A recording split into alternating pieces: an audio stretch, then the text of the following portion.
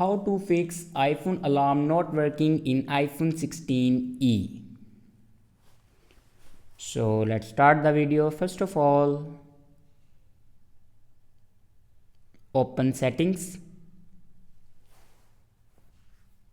In settings, scroll down and then click on sounds and haptics.